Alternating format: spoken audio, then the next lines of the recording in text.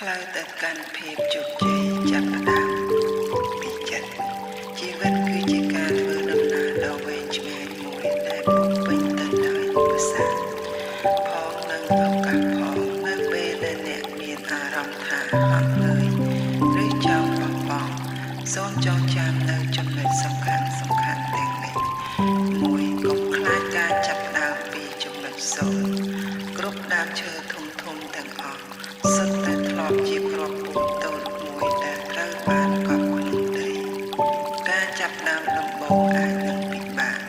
ប៉ុន្តែវាគឺជាជំហានដ៏សំខាន់បំផុតប្រសិនបើអ្នកមិនចាប់ផ្ដើមនៅថ្ងៃនេះទេអ្នកនឹងមិនអាចទៅដល់គោលដៅនៅថ្ងៃស្អែកឡើយ2បរាជ័យគឺជាគ្រូដ៏ល្អបំផុតកុំចាត់ទុកការខុសឆ្គងឬការមិនជោគជ័យជាទីបញ្ចប់នៃជីវិតផ្ទុយទៅវិញចូលចាត់ទុកវាជាមេរៀននិងជាបទពិសោធន៍ដើម្បីធ្វើឲ្យអ្នកកាន់តែរឹងមាំជាងមុនអ្នកដែលមិនធ្លាប់បរាជ័យគឺជាអ្នកដែលមិនធ្លាប់សាកល្បងអ្វីថ្មី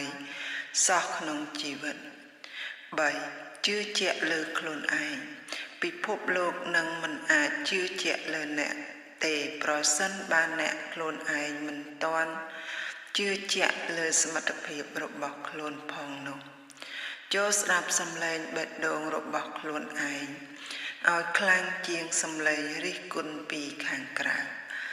អ្នកមានថាមពលអស្ចារ្យនៅក្នុងខ្លួនដែលរងចាំ